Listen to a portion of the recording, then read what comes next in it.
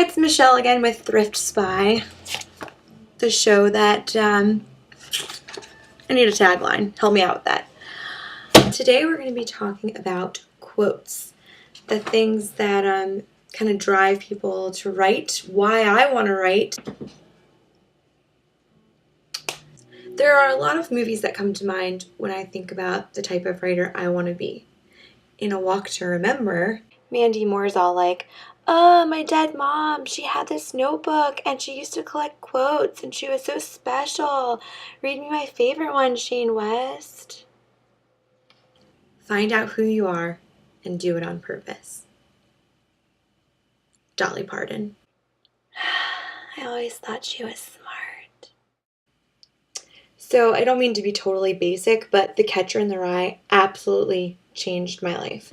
I read it in 10th grade English class. I was in the honors. No big deal.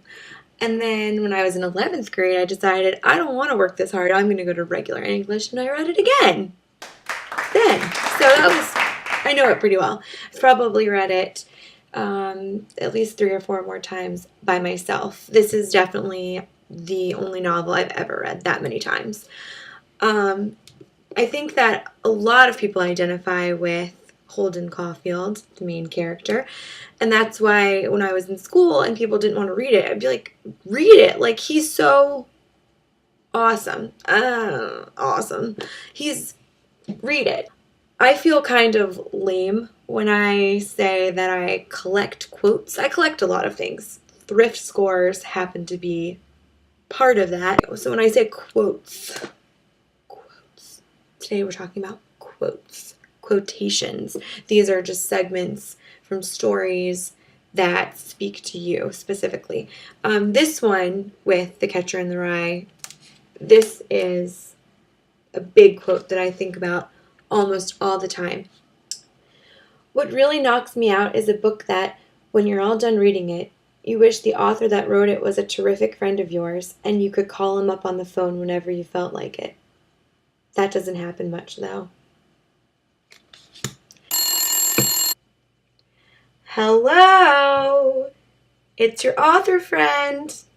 Keep on reading. You're not completely alone in this world. The other quote, this James Baldwin one, this really sums up the reason why I want to be a writer. So, "You think your pain and your heartbreak are unprecedented in the history of the world, but then you read. It was books that taught me that the things that tormented me most were the very things that connected me with all the people who were alive, or who had ever been alive."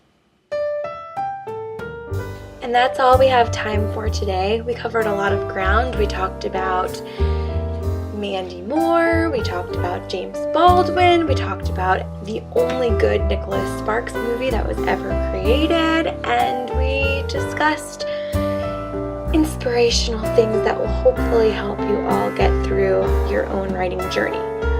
I'm going to try to be doing a video every Tuesday, so this one was a little off the cuff, but thank you so much for bearing with me.